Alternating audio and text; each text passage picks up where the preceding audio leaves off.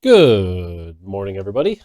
This is Walk the Dog Season 2, Episode 4, and hope you're all having a great day. I'm recording this the 30th afternoon, so that's what time it is. I've been spending most of today playing on live, playing ranked games, and getting frustrated at the meta and certain mistakes that, you wish you could take back. But that's okay. This happens to be every set where I goof around, I do things, and I get to this like D2, D1 spot, and I just like go up and down for a bit, trying to make silly things work that shouldn't and don't, and losing to frustrating things that. So I experience it with you, and definitely, like I said, there's definitely some things that I wish I could snap my fingers and change right now. That's for sure. So, but is what it is.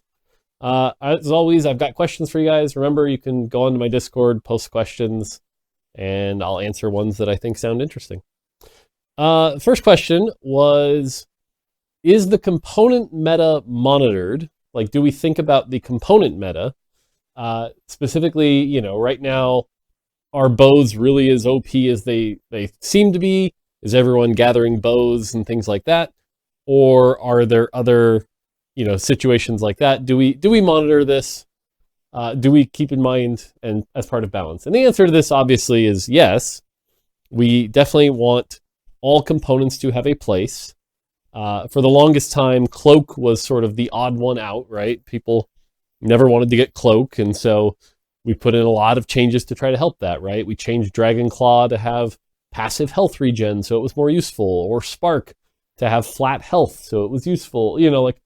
We definitely buff items that are very low build rate to try to help components.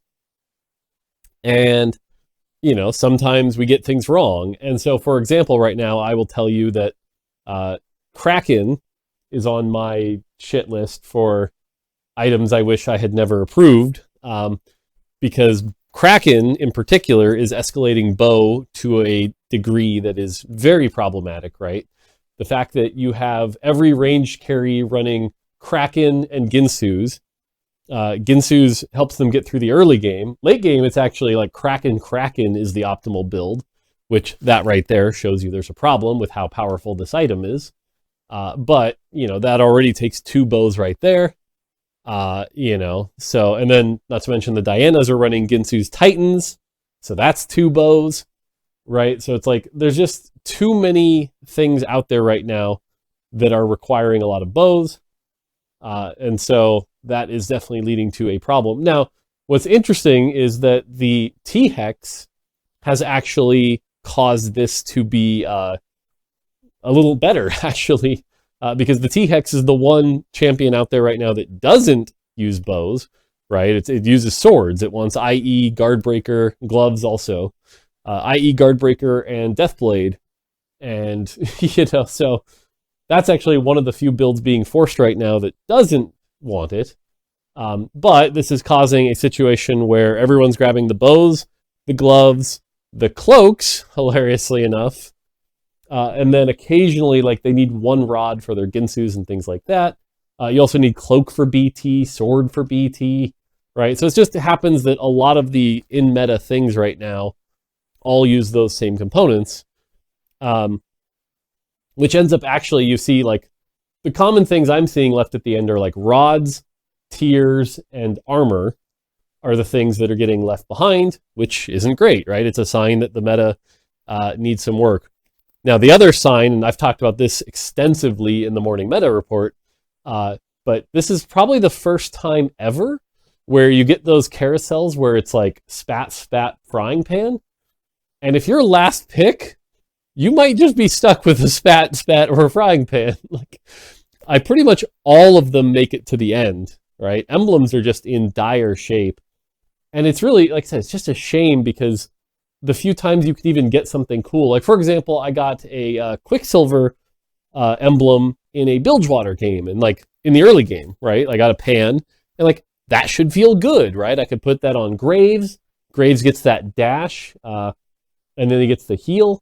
But we just, like, I don't know, we ended up being too cowardly, and I'm hoping that next patch we actually amp these up quite a bit, because again, emblems should be exciting, right? Like a Quick Striker emblem in a Bilgewater comp that you can put on Graves should feel as good, if not better, than something like a Quicksilver, or I'm saying Quick Striker emblem should be better than like an IE or a Ginsu or something like that. And so I think that's actually, if you talk about the component meta, the biggest screw up is the fact that spats and pans are just not useful.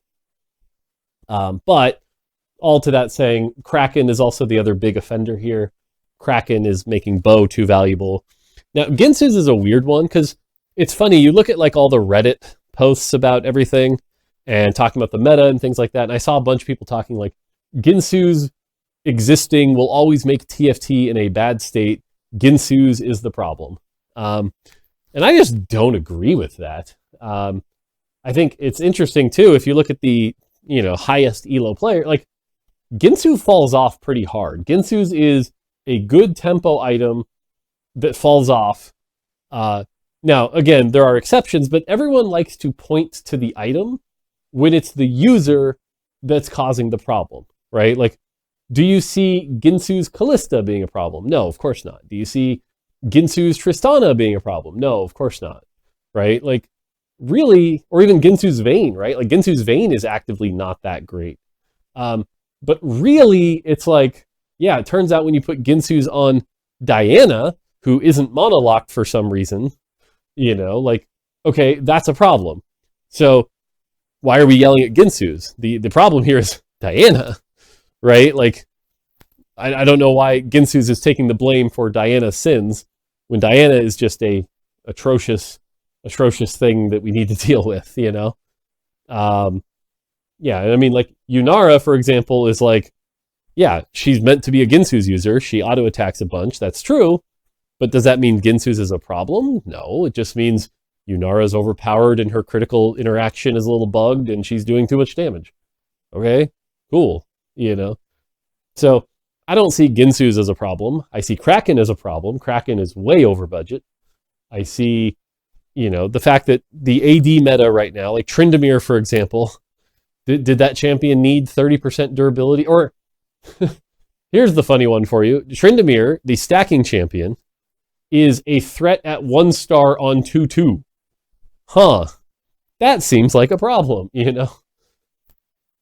So it's one of those things that, again, like, I think the player base is good at identifying the problem, right? Tryndamere's OP, Yunara's OP, but pretty bad at calling out the solution. The solution is not delete Ginsu's, right? Again, so all of this is to say that, do we monitor the component meta? Yeah, very actively, right? And I think the way you judge this is the experience on each carousel.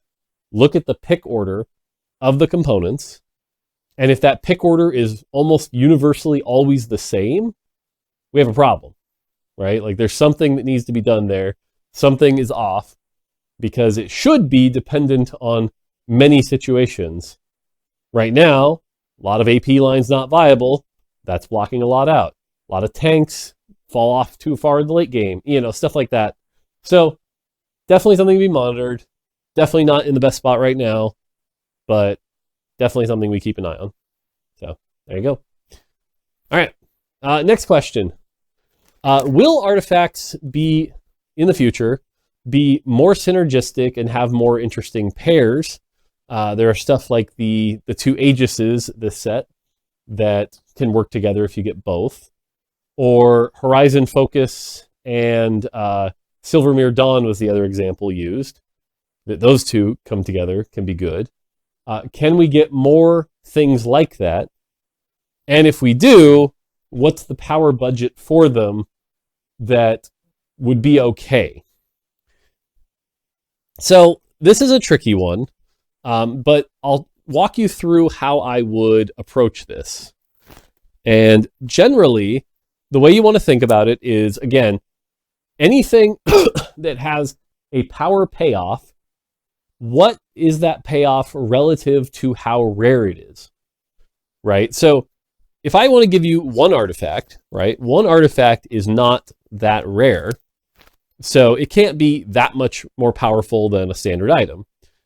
But how many games nowadays do you actually get 2 artifacts, let alone 2 specific artifacts. Well, back in the day, there were certain sets where we had kind of let that spiral out of control, and it was too often, right? Like, I mean, hell, half the championship artifacts or championship augments ended up being stuff because of that one augment that turned all your items into artifacts. That thing won 2 world championships, and so I had to make 2 artifact augments to celebrate that fact, you know? And so when it was too common, I know Leduc really hated it when we made artifacts less common, but by making them less common, we can make the thing cooler when it happens, right? And so if it's extremely rare that you get 2 artifacts, I can let them do pretty cool things together. In fact, I would even argue right now that the 2 Aegises are pretty under budget, like severely under budget for how rare they are. It is pretty hard to get both of them. And when you finally do, you're like, oh, it's a little better. Yay.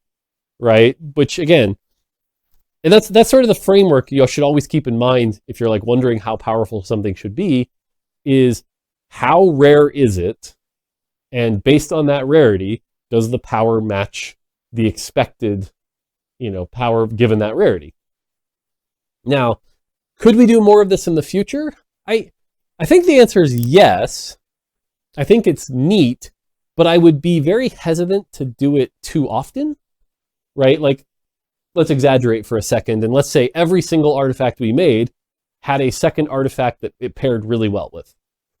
I think that would be overkill, right? Because then it'd be like, oh, it's just, if I don't have the pair, it feels bad, and I'm always going for the pair, and that's a little weird, right? But I think, an example of good here, interestingly enough, is, and for this set, is the Darken artifacts, right? Like the fact that you can get, it's like, oh, if you get 2 of them, you get a little Darken bonus. Now, should Darken 3 be better? Yeah, of course. Again, there's another example where the payoff isn't worth how rare it is. Darken 3, definitely under budget right now. Which is funny because we know when it was on PvE day 1, I think the number was like 500 damage. And that thing was wild, and then it got nerfed to 100, and now it's awful. Oh, well, it got nerfed to 100, and it got bug fixed to not proc off of a certain type of healing that it wasn't supposed to or whatever. So, yeah, TLDR is, that one also needs work. But if you tell me, if a designer came to me and was like, hey, I want to add 2 more artifacts to the next set, and these 2 happen to be a pair, would I allow that? Yeah. I think if it made a cool, interesting thing. I think the Aegis one is an example where, is it really that interesting? Not really. It's like, cool, they proc a little more often. But I do think the Horizon and Silvermere example is like a really good example, because they're 2 items that don't necessarily belong on the same user. Like, they're not both tank items per se. The Horizon Focus is a tank item. Silvermere can be used as one, but it's not its primary focus.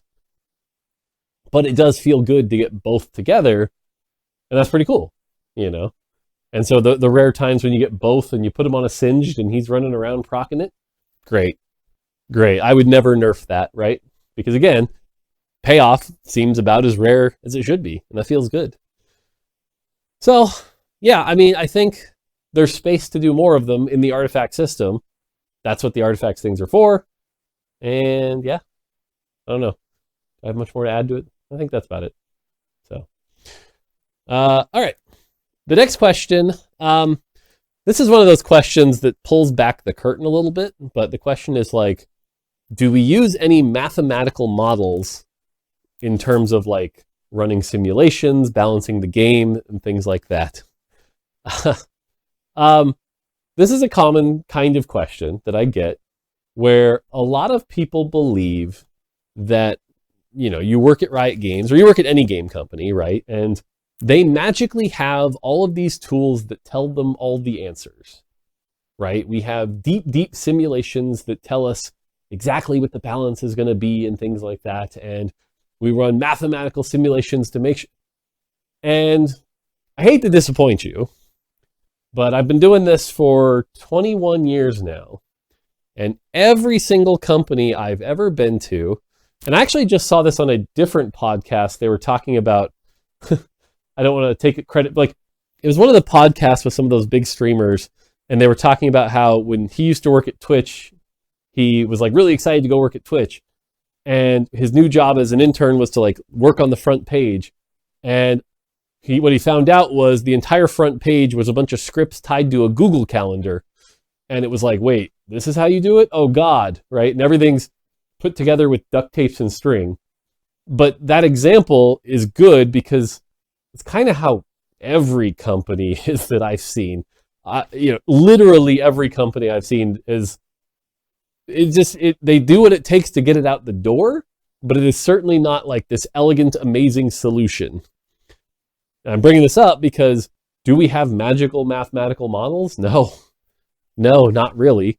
We have what we call frameworks, right? This is, okay, approximately a one cost champion should have, 50 AD, 0.7 attack speed, which means they do this much DPS. And if they're doing this much DPS, what percentage of that DPS do I want to be their spell? So their spell should be approximately, 200 per 50 mana and things like. We have frameworks like that that are good for creating starting points.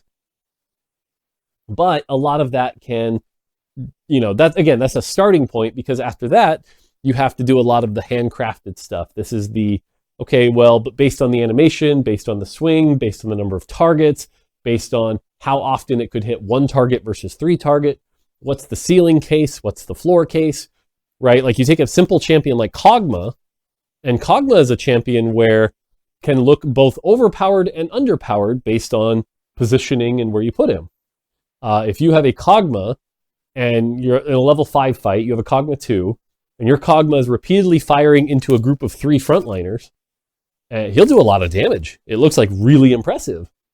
But if you have a same Kog'Maw and he's only firing into one frontliner who happens to have a Dragon's Claw, your Kog'Maw is going to look very unimpressive, And so all of that has to get taken into account with balance and things like that. Now, all of this is to say, is there some magical mathematical model that says exactly what Kog'Maw's numbers are supposed to be? No, I wish there was. And again, everyone always thinks there is. When I say things like we have to run sims, our version of simulation is basically we can go in, set up 2 boards and go, is this behaving the way I expect it to as a designer, right? And so, if Tim was going to go work on T-hex balance for now, he would go, okay, let me set up this T-hex board and see how it plays out. Now, what happens if instead of eating Caitlyn, I eat Vi? Is the board much better or much worse? Whoa, it's way, way worse. Uh-oh. That's not good, because eating a 2-star is supposed to be better than eating a 1-star. Maybe that means the amount of mana generation from a caster is too high. And so you can go in and nerf that number and go run the fight again and go, okay, now does T-hex look balanced? Oh, no, okay, yeah, now he looks balanced. Great. Like, that's our version of Sims. It's not some automatic program that you can leave running or anything like that. Now, it's funny, we did try something like this way back in like set 3, set 4, set 5. And what we found was that we could do that, right? You would input in like 80 comps, have it run overnight, run simulations, see who would win, come back and go, here's kind of the balanced state of things. But what they ended up doing was, at the time, the balance designer relied on that tool pretty heavily. And then the meta would end up being way worse because it didn't take into account how difficult it was to get that comp online. And I remember distinctly, because it was an assassin comp, that in the simulations looked terrible. It would get like 35% win rate comparatively to everything, and would maybe beat like one of the mage comps. And so it looked really, really weak in this simulated data. And then you looked at the live data, and this comp would dominate, very, very often getting, second place, because that's how assassins worked, was once you got to the top 2, you could counter position around them, but otherwise they were impossible to deal with. And it ended up being like the most OP comp we had at the time, even though all of the simulation stuff said it was garbage, So And that's where it stinks because a lot of people want there to be some easy answer. I mean, even and I wish there was some magical answer. I wish there was a mathematical model that could do all of this for us. But the reality is, and again, it's like a blessing and a curse, right? Because one of TFT's biggest successes is just how deep the game is, right? You can play this game. I saw Soju's at 400 plus games now, and games still have unique things happen. But with that depth it's a very complicated problem. And it's funny, I always go back to the game that I wish TFT is, and you're going to laugh because a lot of you don't view this game in the same way, but Smash Brothers, you know, Melee, Wii U, Brawl, and the last one, Ultimate. I played that game every day at lunch for like 8 years with my coworkers at Nintendo. And one of the things I loved about that game is we would play, 2-player or 4-player. We didn't play it in the like tournament 1v1 only, no items. We would play with items on very low 4-player. But what I enjoyed about that game so much was you would see interactions happen that you'd never seen before despite playing thousands of games, right? It's like, oh, there was this one time I knocked someone into somebody else, but they shield parried right at the right time. The bomb bounced the other way and got knocked. It's like, oh, that's so cool. TFT is a lot like that in its depth, where there's just so many things you can see happen. The internet speeds that up because everyone shares all the things they had happen, but you get to experience those, and that's a lot of fun. But with that depth, people want to solve it, and it's hard to solve, right? Like, people always compare it to chess, right? AI has solved chess. Why can't AI solve TFT? And it's like, well, because TFT has so many distinctions and things like that. It's hard even for us, right? Like, I'm guilty of this, right? I'll look at two boards and it's like, hey, I should win this fight. Why am I not winning this fight? It's like, well, the actual reason you lost this fight is because when the melee positioning happened, you lost a coin flip on which melee walked first, and these two auto attacks crit at a really key time, and your augment was something you weren't taking into account when you were looking at the balance, and that extra little attack speed caused you to cast your spell before they cast their spell, which dominoed into, it's like stuff like that is really hard to predict. One of the dirty secrets, actually, all the times we do those who will wins, and you're like, oh, that's cool, this person won. Realistically, if you go back and run those fights, a couple times, it's usually not 100, especially if they're close. If those fights are close, you can go back and run the fight a couple times, and it'll sometimes swing the other way. When doing balance sims, I remember for Singed, a lot of the times it was like, oh yeah, they still lose, you have to run the fight like 6 times, and it's like, okay, they win 5 out of 6, they win 6 out of 6, It's got some variance in there, it's got some things like that. So again, I've kind of gone off on a tangent here, but all of this is to say, we do not have any amazing mathematical models that solve all our problems. I wish we did. I wish there was some magic way to do that, but I think our game is just too complicated for anything like that. And everyone who has kind of tried, it hasn't really been that productive. So, yeah. Cool. Okay, cool. I think that's it. The next question's a little long. So, there you go. Yeah, walk the dogs are back. Like I said, I'm just going to keep posting them here. I do want to get back outside for these instead of just pacing in my office, but at the same time, it's been like 40 degrees outside, and I don't really want to walk in the cold while also talking and holding a thing. Because the other thing is I'd have to hold the camera stand, and my hands will freeze. I don't love that. So, okay. Again, if you want post questions, do so on my Discord. I'm happy to talk about whatever you guys want. Tomorrow is New Year's Eve. So, which always has me reflecting on like, how did 2025 go and what's coming up for 2026. And it's a weird one. So, all right, cool. I think that's it for today. That's going to do it for me. Until next time, take it easy.